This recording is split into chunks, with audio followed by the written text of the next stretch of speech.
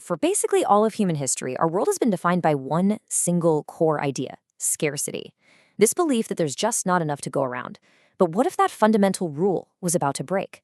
Today, let's unpack a roadmap for a massive civilizational shift from the world we all know, one built on scarcity, to a future that holds the potential for genuine abundance.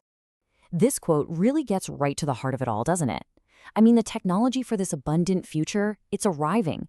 It's here or it's right around the corner. The real bottleneck isn't the engineering, it's us. The challenge is whether we, our societies, our institutions, our own ways of thinking, are mature enough to handle what's coming. So, to figure out where we're going, we first have to get a really clear picture of where we are right now. Think of our entire civilization like it's running on a very specific piece of software, an operating system that was built for a totally different era. Let's call this the Scarcity OS, or for our purposes, Day 2. Day 2, well, that's the world we were all born into. Its entire foundation is built on the assumption that there isn't enough. And this isn't just some abstract economic theory. It literally shapes everything: how we compete for jobs, how we pull resources out of the earth, and that deep-seated fear that drives so much of our society. It's a system based on survival, pure and simple. And here's a really critical insight, the part that can be tough to wrap your head around. Our systems don't just manage scarcity, they actually depend on it to function. Think about it. Industrial labor, it only works because there's a scarcity of good jobs. Competitive markets, they need limited goods to figure out prices. And so many of our institutions create their value by being gatekeepers, right? By controlling access. Our operating system isn't just dealing with scarcity, it's designed to maintain it.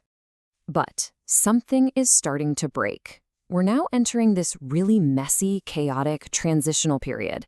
This is what we're calling Day 3. It's not the past, and it's definitely not the future yet. It's the turbulent, confusing in-between.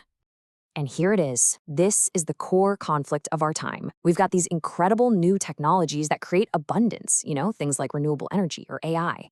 But we're trying to run them on that old, creaky operating system built for scarcity. It's literally like trying to install brand new, powerful software on a computer from 20 years ago. You know what happens, right? The system just crashes. Okay, let's make this real. Let's talk about energy. The old Day 2 system is all about scarce, centralized fossil fuels. You have to dig them up, they're in specific places, and that creates geopolitical risk. But the emerging Day 3 reality, well, that's built on renewables. They're distributed, not centralized, and they are fast becoming the cheapest energy source in all of human history. That is a fundamental clash of models. And this is where the old logic completely shatters. Our Day 2 market system says value comes from scarcity. If something's hard to get, it's expensive. Simple. But in our Day 3 reality, the cost of producing one more unit of solar power, the marginal cost, is falling, pretty much toward zero. So how does the system built on scarcity put a price on something that's practically free and infinite? The short answer, it can't. The system just doesn't compute. So this leads us to the big, critical question. If we have the technology for abundance, what's stopping us? What's the holdup? And the answer isn't a lack of invention. The bottleneck is our old operating system, those Day 2 economic and political structures that were specifically built to preserve scarcity, not to distribute abundance. But this brings us to the potential destination, to a new operating system, one designed from the ground up for this new reality of abundance. Let's call this Day 4, and it's built around a whole new model, the utility economy. Now, the utility economy isn't an ideology. This isn't about capitalism or socialism. Think of it more as a structural necessity. When the cost of producing life's essentials, like energy and food, falls towards zero, it actually becomes way more efficient to just guarantee them for everyone, like a public utility, than to try and force them through a broken market that's based on scarcity. So what does this actually look like on the ground? Well, it starts with the foundational pillars of life. We're talking about technologies that exist today, things like precision fermentation creating abundant food, or 3D printing making housing radically affordable. In a Day 4 model, these essentials are no longer commodities you have to compete for. They become the basic infrastructure of civilization, guaranteed for everyone. Hey, remember our energy example? Now we can complete the roadmap. We move from the Day 2 scarcity model through the chaotic Day 3 transition, and we arrive at the Day 4 resolution. Energy becomes a universal utility available to everyone at near zero cost. The system conflict is resolved by a completely new design.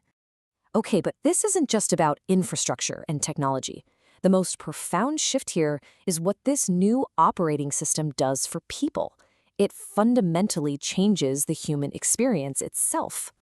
For all of history, the number one job for most of humanity has been simple: survival, just getting by. But when the basics, food, energy, housing, are guaranteed, we are finally freed up to focus on something more.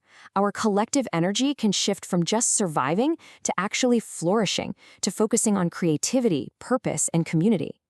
This also represents a really deep psychological shift. A world that's organized around scarcity is, by definition, organized around fear, the fear of not having enough.